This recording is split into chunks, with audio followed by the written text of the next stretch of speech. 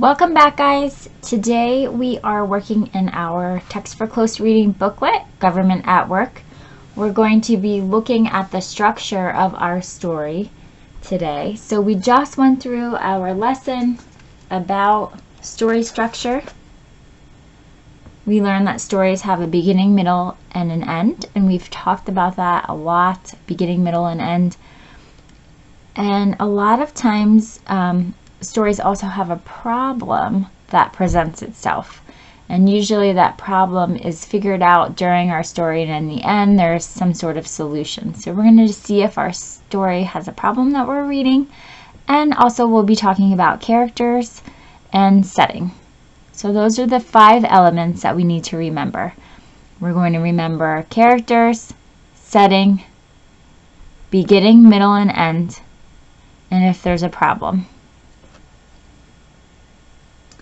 So when we click into our canvas, you'll see that we are going to annotate for our story structure. We're going to use our story, Betsy Ross. You should be on this page here. You're going to listen to me annotate, and then afterwards, you get to click on a PDF that will help you write out your story structure, and that looks like this. So we're going to be talking about the things we just mentioned: the beginning, the middle, and the end, where the story takes place, who the characters are, and what the problem was. So this is what we'll fill out after we read. So while we're reading, we're going to be looking for these things. And I'm going to underline them in our story so that when I come to this part, I can just go right back to where I thought it was important and what I want to remember, and I can fill in my chart. So here we go.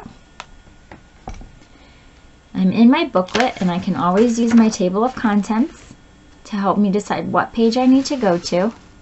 So we are looking for our short read number 2, Can You Sew a Flag, Betsy Ross? And that's on page 10.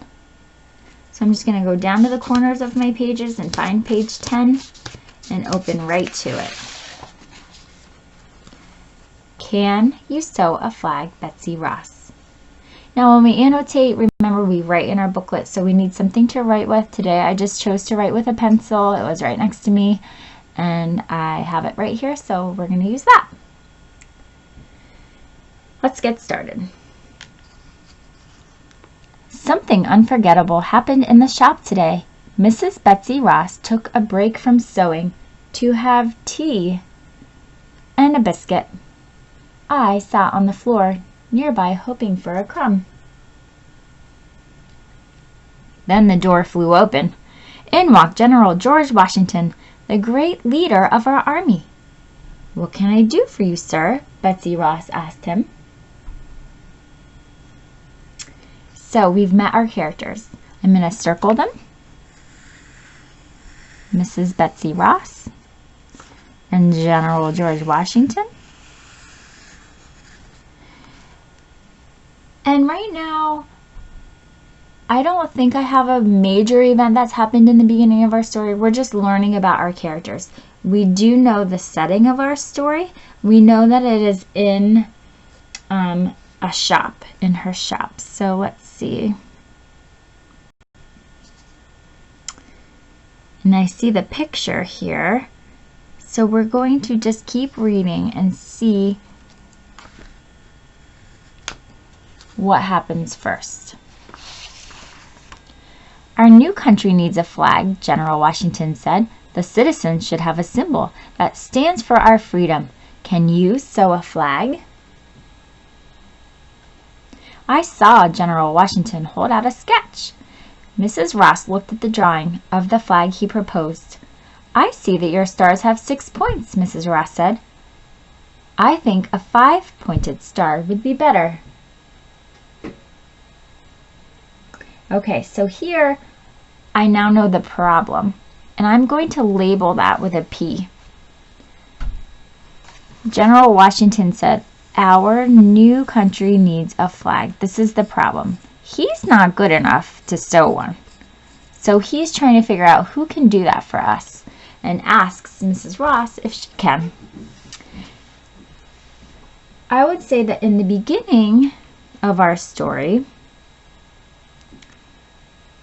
General Washington shows Mrs. Ross a sketch of a flag.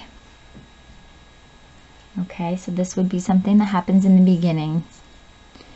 And also that Mrs. Ross thinks the 5-pointed star would be better. So that's how the 5 stars became on our flag instead of 6. So that was an important part too that's happening. So we have our 2 characters. We know the problem is that George Washington needs a flag to be made.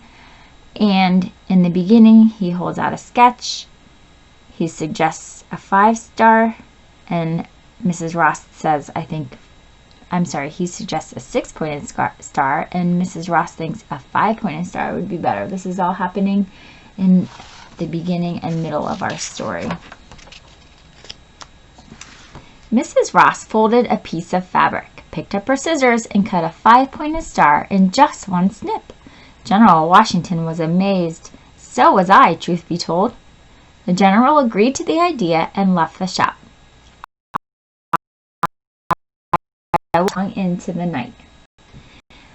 So what happened in the middle here is that Mrs. Ross showed him how she cut a 5-pointed star in one snip.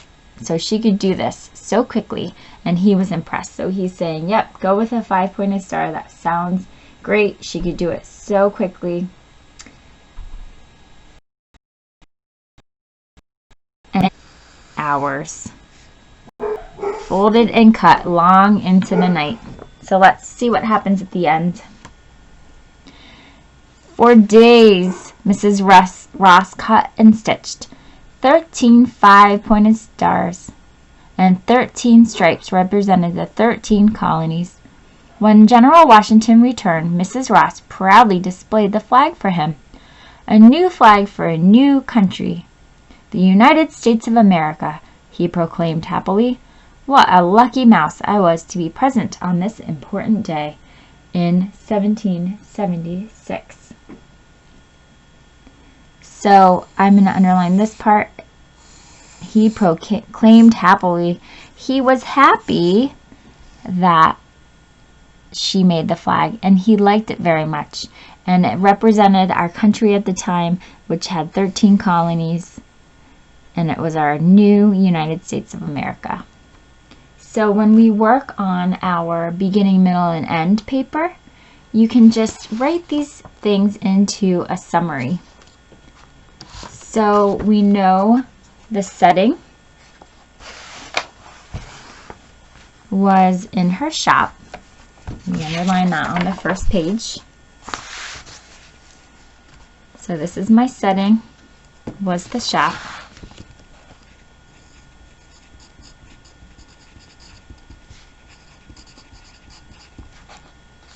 We know our characters. That was the next thing that we had to find.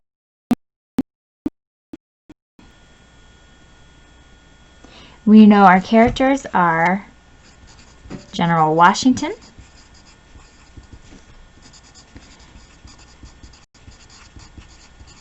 and Mrs. Ross.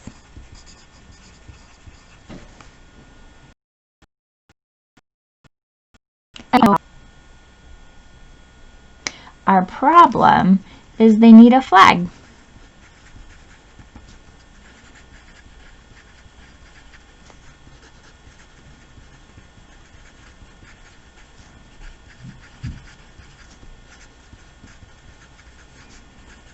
So our problem is that General Washington needs a flag made.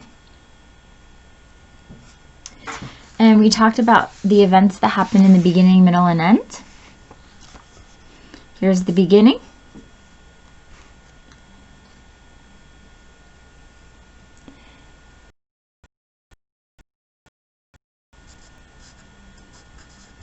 Washington showed a drawing of a flag, and Mrs. Ross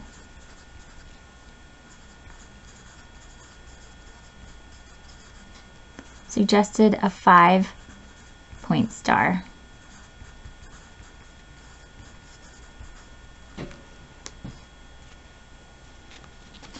And then for the middle, I would say,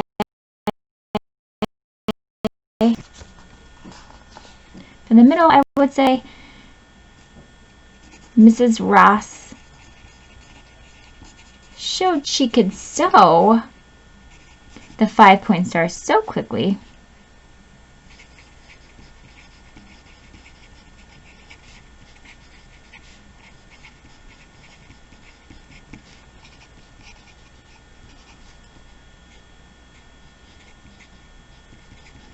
And she sewed for hours, right? She worked for a long time.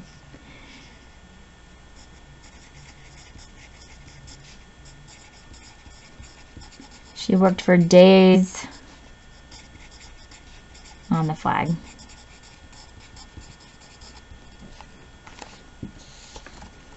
Even on this page, it told us she worked for days. All right, and here in the end, I would say that General Washington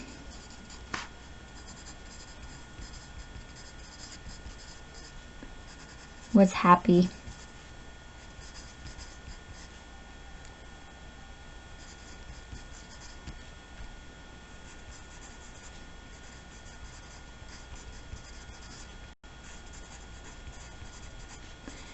All right, I wrote General Washington was happy with the new flag for our country.